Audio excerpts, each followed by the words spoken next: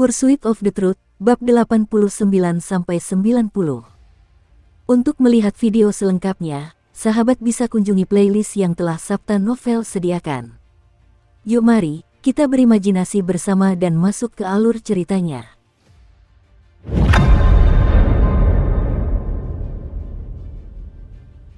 Siapakah dia? Tidak ada seorang pun di suku Gunung Kegelapan yang memiliki tingkat kekuatan seperti ini di usia ini.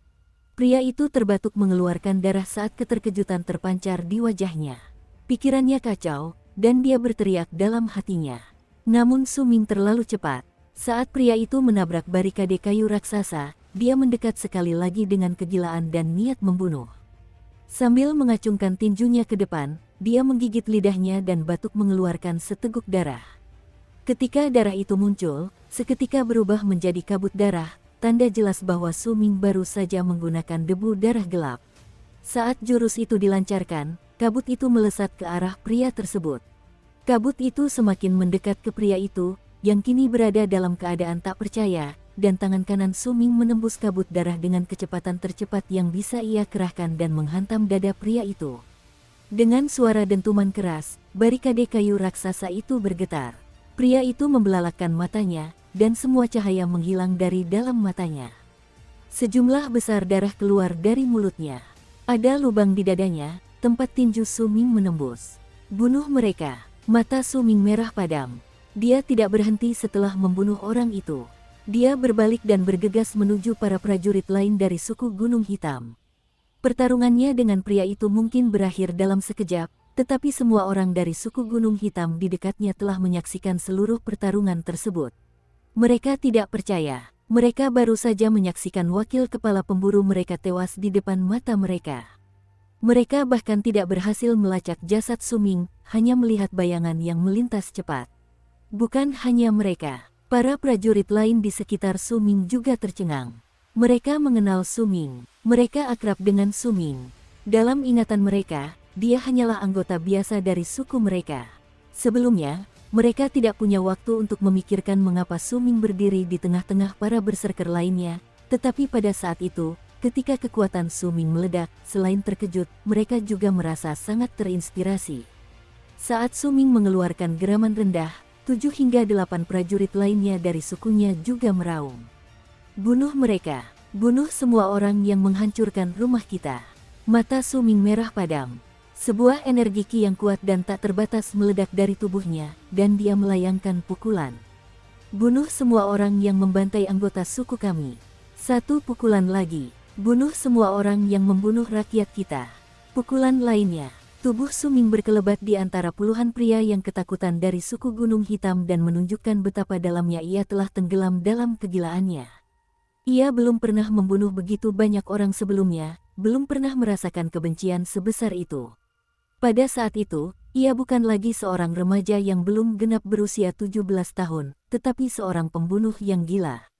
Saat darah segar berceceran di mana-mana, suara gemuruh menggema di samping telinga Su Ming, dan hatinya terasa sakit.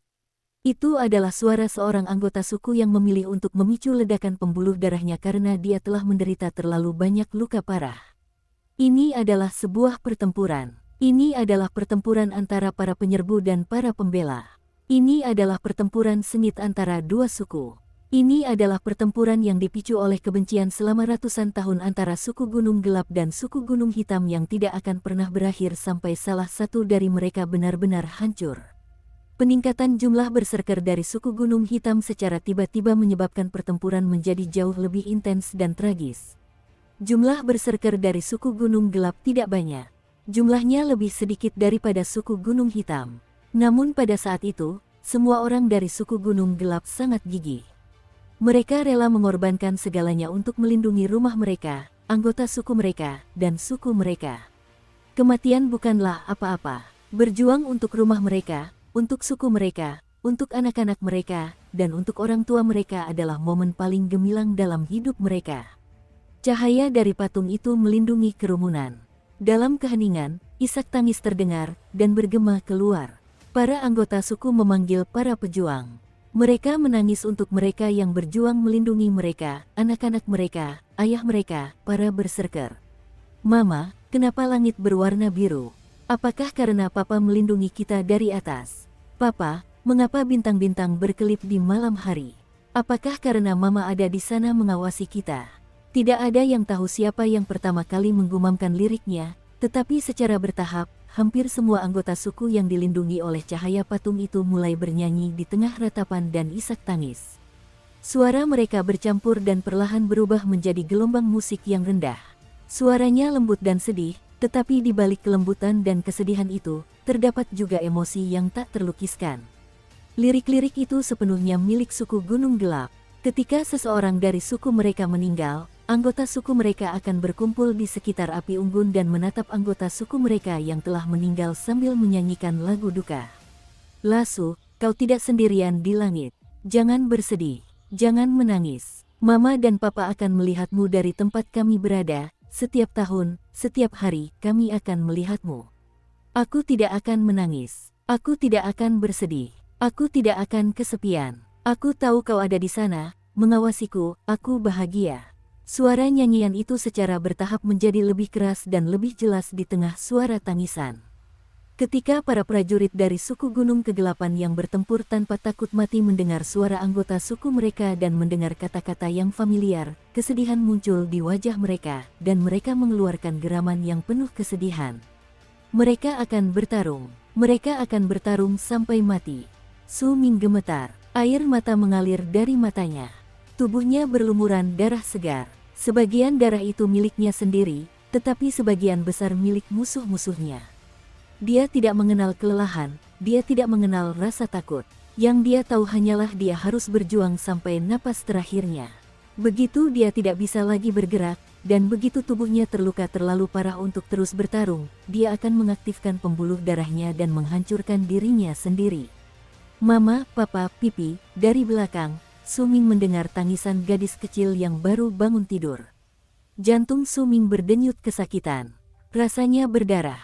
Seolah-olah tak terhitung banyaknya jarum menusuk jantungnya. Hal itu membuat kecepatannya meningkat lebih pesat. Pukulannya pun semakin kuat. Di tengah kesedihan dan pembunuhan, sebuah lagu yang dipenuhi air mata bergema di udara. Lagu itu dipenuhi dengan kesedihan, kepedihan, dan perpisahan. Tidak jauh dari situ, Liu duduk di bawah pohon. Kakinya sudah menjadi tunggul berdarah, dan tubuhnya berlumuran darah. Wajahnya pucat, dan matanya sayu. Ia mengangkat sun yang terbuat dari tulang dengan tangan gemetar dan meletakkannya di dekat mulutnya, lalu mulai memainkan lagu yang menyayat hati. Suara rintihan itu seperti tangisan seorang ibu, dan bercampur dengan suara gemuruh rendah yang dinyanyikan oleh anggota suku mereka di medan perang yang tragis, mengubahnya menjadi lagu yang membuat hati terasa sakit karena duka. Rintihan pilu itu terbawa angin dan menyatu dengan salju di tanah.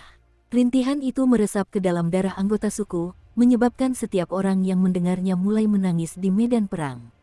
Su Ming gemetar. Ini bukan pertama kalinya dia mendengar lagu duka, tetapi ini pertama kalinya dia menangis seperti ini. Itu membuatnya merasa seolah-olah kehilangan hatinya, mengubahnya menjadi orang yang tidak berperasaan. Satu-satunya yang tersisa hanyalah luka-luka yang menghiasi sekujur tubuhnya dan kesedihan tak berujung yang dirasakannya. Selain lagu pemakaman yang menyayat hati, Su Ming juga mendengar suara ledakan akibat bunuh diri. Setiap ledakan melambangkan seorang prajurit lain dari sukunya yang memilih untuk membiarkan darahnya meledak. Jangan remehkan aku dari jalan menuju neraka. Su Ming tersenyum getir. Dia melayangkan pukulan lain keluar dan menghancurkan musuh sukunya menjadi berkeping-keping. Su Ming pun terbatuk-batuk mengeluarkan seteguk darah. Saat dia berbalik, dia melihat anggota sukunya memainkan lagu di bawah pohon sebelum kematiannya. Mata anggota suku itu mungkin redup, tetapi masih ada secercah cahaya di dalamnya. Dia memainkan lagu itu, dan darah di tangannya menodai sun yang terbuat dari tulang. Meskipun demikian, itu tidak dapat meredam lagunya, kesedihannya, dan kata-kata perpisahannya. Ini adalah lagu terakhir yang akan ia mainkan untuk sukunya. Kali ini, ia memainkan lagu itu dengan mempertaruhkan nyawanya. Su Ming memejamkan mata dan mengalihkan pandangannya. Saat ia melakukannya, pupil matanya tiba-tiba menyempit. Ia melihat, di arah lain, 3 orang dari suku Gunung Hitam berdiri di hadapan Bai Ling. Mereka memaksa Bai Ling untuk terus mundur dengan semangat mereka yang ganas. Busur Bai Ling patah. Ada banyak luka di tubuhnya, terutama di dadanya. Banyak darah mengalir dari luka di dadanya. Wajahnya pucat. Di tangannya, ia memegang pisau yang terbuat dari tulang. Ada kekeras-kepalaan dan kesungguhan dalam tindakannya saat ia dengan gila-gilaan terus menyerang musuh-musuhnya. Dia tidak bisa mundur. Di belakangnya ada anggota sukunya. Sekalipun anggota sukunya terlindungi oleh cahaya dari patung itu, dia tetap tidak bisa mundur. Ada seorang gadis di belakangnya. Gadis itu menangis sambil memandang Bei Ling, tubuhnya yang gemetar, dan punggungnya yang berdiri tegak di hadapannya seperti sebuah bukit. Gadis itu adalah Chen Xin. Dia sepertinya meneriakkan sesuatu, mengatakan sesuatu kepada Bei Ling. Su Ming berdiri agak jauh dari mereka. Dia tidak bisa mendengar mereka, tetapi dia bisa merasakan kelembutan yang tersembunyi di mata Chen Xin saat dia menatap Bei Ling. Dia menyukai Bei Ling. Pada saat itu, dia menjadi semakin yakin dengan perasaannya. Dia menyukainya. Air mata mengalir dari matanya ketika dia melihat Bei Ling gemetar dan salah satu dari 3 pria dari suku Gunung Hitam mendekat, tertawa dengan kejam. Saat pisau tulang itu melesat ke kepala Bei Ling secepat kilat, Chen Xin mengeluarkan jeritan tajam dan memilukan sebelum dia bergegas maju. Bei Ling tersenyum getir. Dia terlalu lelah dan tidak bisa lagi melanjutkan pertarungan. Sejak kemarin, dia telah terlibat dalam pertempuran demi pertempuran. Dia tahu bahwa dia tidak bisa menghindari serangan itu. Tepat ketika dia hendak menghancurkan dirinya sendiri, dia melihat Chen Xin yang sedang memeluknya. "Baiklah, karena kau sudah datang, pergilah bersamaku." Tepat ketika Bei Ling memejamkan mata dan hendak membuat pembuluh darahnya meledak, raungan dahsyat tiba-tiba menggema di langit dan mengguncang seluruh lingkungan sekitar mereka. Setiap prajurit, termasuk orang-orang dari suku Gunung Hitam yang melawan mereka, merasakan jantung mereka berdebar ketika mendengar suara itu, yang menggema dan mengguncang langit dan bumi. Dukung terus channel YouTube Sabta Novel. Sebuah tombak merah panjang melesat ke arah Bei Ling dengan kecepatan luar biasa. Tombak panjang itu memancarkan niat membunuh yang kuat, dan dengan kegilaan udara, berubah menjadi elang merah raksasa yang terlihat oleh semua orang yang hadir di medan perang. Dalam sekejap mata, ia melesat melewati Bei Ling dan menembus dada pria dari suku Gunung Hitam yang hendak mengayunkan pisaunya ke bawah. Dengan dentuman keras, tubuh pria itu tertancap di tanah. Pada saat yang sama, gelombang ki yang besar meletus dan menyebar ke sekitarnya. Tubuh pria itu tiba-tiba meledak, berubah menjadi potongan-potongan daging dan darah. 2 pria lainnya dari suku Gunung Hitam gemetar dan mundur beberapa langkah secara naluriah sambil batuk darah. Tepat pada saat itu, seseorang melompat ke arah mereka seperti kilat dan berdiri di hadapan Bei Ling, menggantikan segalanya yang ada di hadapan mereka. Saat melihat punggung orang itu, gelombang besar bergejolak di hati Bei Ling. Ia sudah terbiasa dengan pemandangan ini. Ia pernah mengalaminya sekali di suku aliran angin. Ada satu orang yang berdiri di hadapannya seperti itu. Meskipun wajah dan bentuk tubuh mereka berbeda, pada saat itu, tubuh mereka tampak menyatu di mata Bei Ling. Su Ming, mata Bei Ling dipenuhi rasa tak percaya. Dia berdiri di sana, tertegun, dan dia mengerti semuanya. Saat itu juga dia tahu bahwa orang yang muncul di hadapannya dengan metode yang sama di suku aliran angin dan bertarung setara dengan Wu Shen adalah Su Ming. Saat itu juga ia tahu bahwa orang yang menaruh darahnya yang diambil dari tengah alisnya di kamarnya ketika ia kembali dalam keadaan kelelahan ke penginapan suku Gunung Gelap di suku aliran angin, yang identitasnya terus ia coba cari tahu, juga adalah Su Ming. Pada saat yang sama, ketika dia melihat punggung Su Ming di hadapannya, dalam keadaan tercengang, dia juga melihat sosok orang yang menjadi pusat perhatian semua orang ketika dia kembali dari tahap pertama ujian. Perasaan itu begitu sangat familiar sehingga dia tahu bahwa orang itu juga Su Ming. Semua pikiran ini muncul seperti petir di kepala Bei Ling. Rasanya seperti kilat yang melesat menembus pikirannya. Hal itu membuat tubuhnya gemetar. Dia tidak berani mempercayai semua itu, merasa sulit untuk memahami bagaimana itu bisa benar. Su Ming, pada suatu waktu yang tidak diketahui, diam-diam telah memperoleh kekuatan sedemikian rupa sehingga bahkan Bei Ling pun harus menghormatinya. Dalam ingatannya, Su Ming adalah orang yang selalu ia iri, yang selalu ia perlakukan dengan hina dalam hatinya, yang selalu ia ajak bicara dengan acuh tak acuh, sehingga perubahan ini sekarang membuat hatinya kacau balau. Perasaan rumit itu membuatnya lupa bahwa dia masih berada di medan perang, dikelilingi pembantaian, dan segala sesuatu di sekitarnya. Pikirannya benar-benar kosong, dan dia bingung. Bagaimana mungkin ini terjadi? Gumam Bei Ling. Chen Xin memeluknya erat, air mata mengalir dari matanya. Dia tidak melihat Su Ming, yang ada hanyalah wajah pucat Bei Ling di hadapannya dan pemandangan punggungnya yang berdiri di depannya seperti gunung. Ini mungkin tampak terjadi perlahan, tetapi sebenarnya, saat tombak Su Ming mengaduk gelombang ki di tanah, dan tubuh pria bersenjata pisau itu meledak, Su Ming melompat ke depan. Kecepatannya meninggalkan bayangan yang melesat menuju orang yang terdorong mundur oleh gelombang ki. Orang itu berusia 50-an, tetapi ia baru berada di tingkat kelima alam pemadatan darah. Ia hanya berhasil mundur beberapa langkah ketika pandangannya kabur. Pupil matanya langsung menyempit, dan ia hendak mundur ketika merasakan bahaya yang sangat besar. Namun Su Ming terlalu cepat. Sebelum pria itu berhasil mundur, ia mendekat tepat saat suara dentuman keras menggema di udara. Ekspresi ganas terpancar di wajah Su Ming, dipenuhi dengan niat membunuh yang membara. Ia tidak menggunakan tinjunya, tetapi seluruh tubuhnya, dan menghantam dada pria itu. Suara gemuruh bergema di udara. Darah menetes dari bibir pria itu.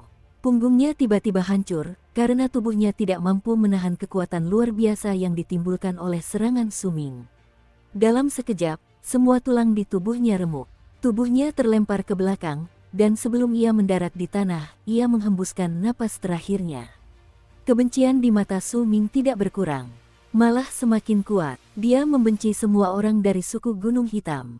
Dia tiba-tiba berbalik dan menatap tajam prajurit terakhir dari 3 prajurit suku Gunung Hitam yang ingin membunuh Bei Ling. Prajurit itu berdiri tidak terlalu jauh dari Su Ming. Orang itu tampak tegap, tetapi tidak tinggi. Senyum jahat dan tatapan bersemangat yang dimilikinya ketika ingin membunuh Bei Ling kini telah hilang. Senyum itu digantikan dengan ekspresi ngeri di wajahnya, dan matanya dipenuhi teror. Dia hanya bisa menyaksikan dengan terkejut saat Su Ming membunuh seseorang dengan lemparan tombaknya, dan kemudian orang lain dengan tubuhnya. Pembunuhan yang cepat dan bersih itu membuat pria itu merasa seolah Su Ming dikelilingi oleh kekejaman dan kegilaan. Jantungnya berdebar kencang. Ketika Su Ming menoleh ke arahnya, dia langsung menjerit ketakutan dan mundur tanpa mempedulikan apapun. Dia takut. Dalam benaknya, Su Ming jelas berada di level yang sama dengan para pemimpin di suku Gunung Kegelapan. Ini bukanlah seseorang yang bisa dia lawan. Namun sebelum pria itu sempat mundur 3 langkah, sebuah teriakan tajam memecah keheningan. Sebuah anak panah melesat dari kejauhan, seolah membelah udara. Anak panah itu langsung mendekati pria itu dan menembus lehernya sebelum menancap di pohon di belakangnya dengan darah pria itu menempel di batangnya. Anak panah itu membentur pohon saat mengenai tanah, menyebabkan pohon itu tersentak. Pria itu memegang lehernya, tetapi darah terus mengalir dari lukanya. Matanya redup, dan dia jatuh ke tanah. Mayatnya segera diinjak-injak oleh semua prajurit yang masih berusaha membunuh orang-orang dari suku lawan. Di kejauhan, kepala pengawal yang kelelahan dengan cepat mengalihkan pandangannya dan melanjutkan pertarungan melawan pemimpin dari suku Gunung Hitam, yang berada di tingkat ke-8 alam pemadatan darah. Su Ming berjalan menuju Bei Ling dan berhenti di depannya, lalu menarik sisik darah dari tanah. Begitu berhasil membebaskannya, sesuatu berkelebat di matanya. Dia hendak melanjutkan pertarungan melawan orang-orang dari suku Gunung Hitam ketika dia mendengar suara Bei Ling, penuh konflik dan keraguan, terdengar di telinganya.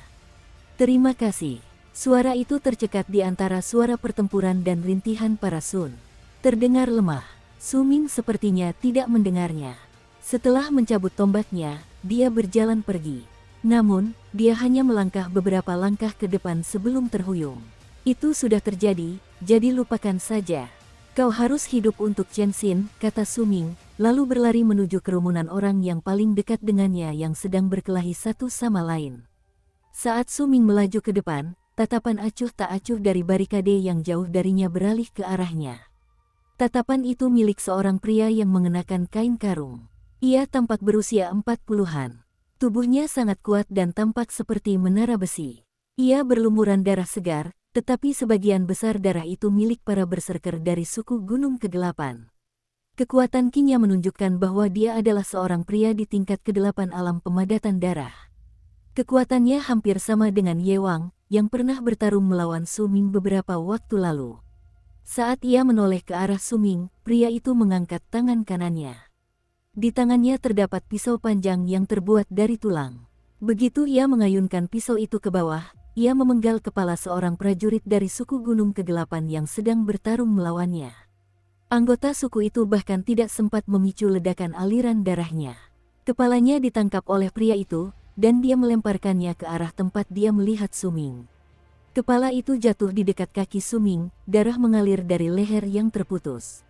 Darah itu mewarnai salju menjadi merah, dan panas dari darah dengan cepat melelehkan salju menjadi genangan darah dan air. Su Ming berhenti dan mengangkat kepalanya ke arah asal kepala itu. Matanya bertemu dengan mata orang lain di tengah kerumunan, dan Su Ming melihat kekejaman dan ketidakpedulian di mata pria itu. Pria itu juga melihat kegilaan dan niat membunuh Su Ming di matanya yang merah. Saat pandangan mereka bertemu, pria itu bergerak. Dia bergegas menuju Su Ming, tepat ketika Su Ming menghentakkan kakinya ke tanah dan menyerang pria itu dengan cepat. Pria itu mengenakan kain karung, bukan kulit binatang, yang menunjukkan bahwa statusnya di suku Gunung Hitam cukup tinggi. Jika Su Ming bisa membunuh orang itu, maka itu pasti akan memberikan pukulan berat pada moral suku Gunung Hitam. Saat pria itu bergerak, karena statusnya, hal itu langsung menarik perhatian banyak orang dari suku Gunung Hitam yang sedang terlibat dalam pertempuran. Seolah-olah dia membangkitkan semangat mereka, dan para prajurit mengeluarkan teriakan aneh saat mereka bergegas maju dan melanjutkan pembantaian mereka. Kedua orang itu saling mendekat, dan dalam sekejap, mereka bertabrakan dengan suara keras dan terlibat dalam pertempuran sengit sampai mati. Namun pada saat itu, tepat di barisan depan suku Gunung Hitam, pemimpin suku mereka batuk darah. Wajahnya pucat pasi saat ia terhuyung mundur. Di hadapannya, lebih dari separuh penduduk suku Gunung Hitam telah tewas, tetapi seorang pria yang mengenakan jubah hitam mirip dengan jubah yang dikenakan oleh dua orang yang sebelumnya bertarung melawan tetua suku muncul. Dengan kekuatan yang luar biasa, ia melukai pemimpin suku dalam satu gerakan dan memaksanya mundur. Mata pria yang mengenakan jubah hitam itu kosong, tetapi ada sedikit aura haus darah di dalamnya. Dia melangkah maju dengan cepat, dan di belakangnya, ada dua berserker lain dari suku Gunung Hitam. Mereka menyerbu pemimpin suku yang sedang mundur. Dari penampilannya, mereka tampak ingin membunuh pemimpin suku yang terluka itu hanya dengan satu gerakan. Para prajurit lain yang bertarung di samping pemimpin suku sebelumnya semuanya telah menghancurkan diri sendiri. Dia ditinggalkan sendirian di depan. Tepat ketika pemimpin suku tampak seolah tak bisa lolos dari kematian, dan orang-orang di belakangnya mengeluarkan tangisan amarah dan kesedihan, tiba-tiba seseorang melesat keluar dari kerumunan. Pria itu adalah seorang lelaki tua. Dia adalah Nansong dari suku Gunung Kegelapan. Saat melangkah maju, ia menghela napas pelan dan menghentakkan kaki kanannya ke tanah. Tidak terdengar suara keras, tetapi pria berjubah hitam yang telah menyerang pemimpin suku dan saat ini sedang dikejar untuk menyelamatkan nyawanya tiba-tiba gemetar dan terhuyung-huyung. Dengan ekspresi terkejut di wajahnya, Nansong berjalan di depan lelaki tua itu. Dengan lengan kanannya yang kurus, ia mengayunkan tinjunya ke depan, menghentikan langkah pria itu sepenuhnya. Kedua orang ini terlibat pertempuran tepat di depan suku. Namun, ada dua berserker lain di sisi pria berjubah hitam itu. Salah satunya, yang memegang busur besar di tangannya, adalah kepala pengawal dari suku Gunung Hitam. Orang ini mungkin terkejut dengan kemunculan Nansong, tetapi dengan pria berjubah hitam di sekitarnya, dia menggertakkan giginya dan terus mengejar pemimpin suku Gunung Hitam. Ada kekejaman dan kegembiraan di matanya. Dia sudah bisa membayangkan kemuliaan yang akan dia raih di suku itu begitu dia membunuh pemimpin suku Gunung Hitam dan mendapatkan kepalanya. Pemimpin suku itu tersenyum getir.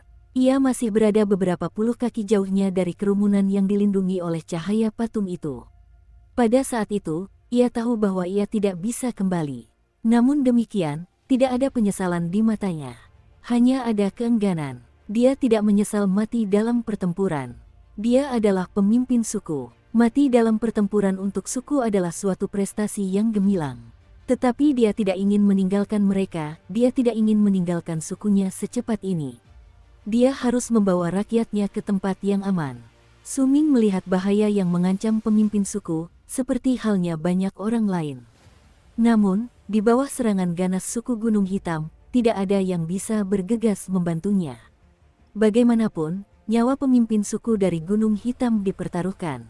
Semua prajurit suku Gunung Hitam mulai dengan bersemangat menghalangi jalan prajurit lain, menjebak setiap orang dari mereka sehingga mereka tidak dapat menyelamatkan pemimpin suku mereka.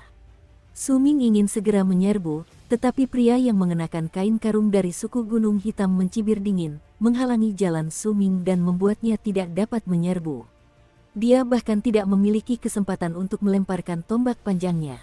Pada saat itu, ketika pemimpin suku Gunung Kegelapan tidak lagi dapat menghindari kematian, puluhan remaja biasa datang ke tepi penghalang yang paling dekat dengan pemimpin suku dan berdiri di depan kerumunan sambil berada di bawah perlindungan patung. Para remaja itu gemetar. Mereka adalah kelompok yang tidak berguna di suku tersebut. Mereka tidak memiliki tubuh malapetaka, dan tubuh mereka juga tidak kuat. Biasanya, sementara suku sibuk bekerja, mereka hanya berkeliaran tanpa melakukan apapun karena mereka adalah anggota keluarga para prajurit yang pernah gugur dalam pertempuran. Hal itu membuat mereka berpikir bahwa mereka memiliki hak istimewa, dan apapun yang mereka lakukan, selama mereka tidak mengkhianati suku, mereka dapat hidup seperti itu selamanya. Mereka tidak pernah melupakan kejayaan yang pernah dimiliki keluarga mereka, tetapi mereka tidak memilih untuk mewarisi tanggung jawab yang menyertai kejayaan itu. Sebaliknya, mereka memilih untuk membiarkan perlindungan yang ditawarkan oleh kejayaan itu menjadi alasan untuk kemalasan dan kesombongan mereka.